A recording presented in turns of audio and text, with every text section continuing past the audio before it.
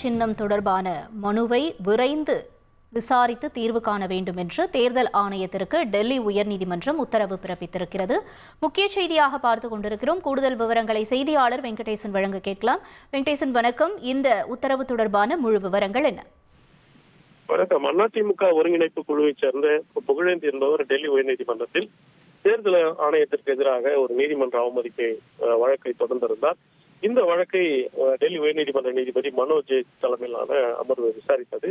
இந்த விசாரணையின் போது எடப்பாடி கே பழனிசாமியின் சார்பில் ஆஜரான வழக்கறிஞர் பாலாஜி சீனிவாசன் இந்த மனுவிற்கு ஆட்சேபம் தெரிவித்தார். குறிப்பாக தன்னை ஒரு எதிர் மனுதாரராக சேர்க்காமலேயே புகழேந்தி ஒரு அடிப்படை உறுப்பினர் கூட இல்லை என தெரிவித்து ஒரு ஆட்சேபத்தை முன்வைத்தார். இதற்கு நீதிபதி இந்த வாதத்தை ஏற்க மறுத்துவிட்டார்.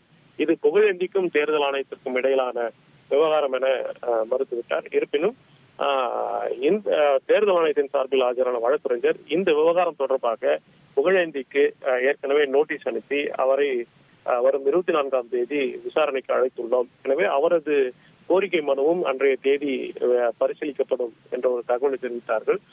இருப்பினும் இந்த நீதிமன்ற அவமதிப்பு வழக்கு என்பது தான் நீதிமன்ற அவமதிப்பு வழக்கு தாக்கல் செய்த பிறகே தனக்கு இந்த மாதிரியான ஒரு நோட்டீஸை தேர்தல் ஆணையம் அனுப்பியுள்ளதாகவும், எனவேதான் இந்த நீதிமன்ற அவமதிப்பு வழக்கு என்ற வாதம் புகழேந்தியின் சார்பில் ஆஜரான வழக்கறிஞர் கார்த்திக் மேனு முன்வைத்தார்.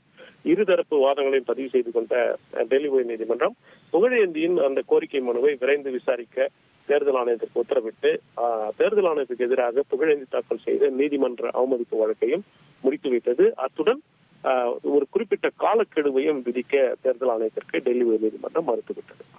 விவரங்களுக்கு நன்றி வெங்கடேசன்.